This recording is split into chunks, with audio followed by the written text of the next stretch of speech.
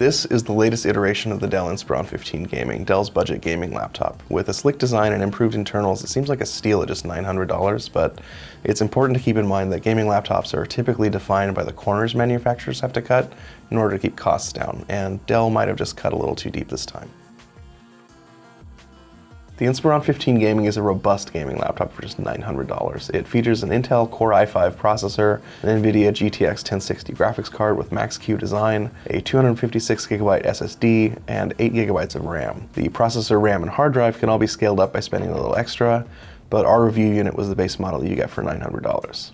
Externally, the design is a refinement of the previous model. Dell is still sticking with the sharp angled edges which gave the Inspiron its characteristic look and feel. It's a little less gamer chic than most gaming laptops, but it's still different enough to set it apart from the crowd. The Inspiron 15 features a standard array of ports, 3 USB-A ports, 1 USB-C port, an HDMI port, a headphone jack, an SD card slot, an Ethernet jack, and of course a Kensington lock.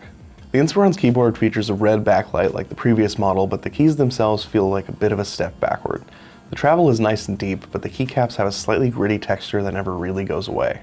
It's the same texture you'll find on the Touchpad, which feels a bit unresponsive compared to the previous model. Multi-touch gestures like using 2 fingers to scroll up or down often need to be repeated more than once in order to be detected, and the touchpad itself feels a bit flimsy. Press too hard and it bends inward more than a standard touchpad does. Budget gaming laptops often fall short when it comes to display quality. It's an easy corner to cut in order to pack a more powerful GPU inside without pushing the price too high.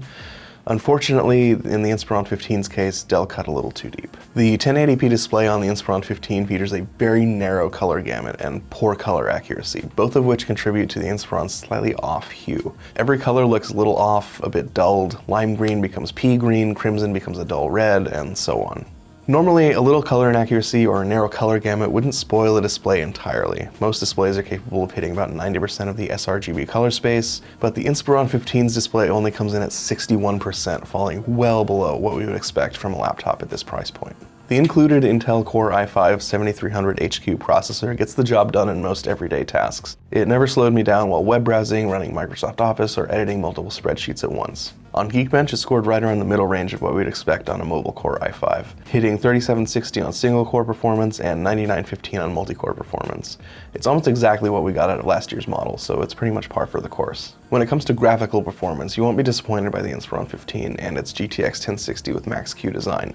The Max-Q design part just means it's a little slimmer, a little quieter, and a little less powerful than a typical mobile GTX 1060. But in Deus Ex Mankind Divided, the Inspiron beat its predecessor by hitting 37.6 frames per second at ultra-high settings, while the previous model and its GTX 1050 hit only 24 frames per second. Additionally, it's worth pointing out that even the Razer Blade, which features a full-size mobile GTX 1060, only hit 38 frames per second in the same game at the same settings, almost exactly the score we got out of the Inspiron 15's GTX 1060 with Max-Q design. The Inspiron 15 Gaming features decent, if not exactly awe-inspiring battery life. On our video loop test, it managed to last about 5.5 hours, which is a bit more than the previous model, which came in at just over 5 hours.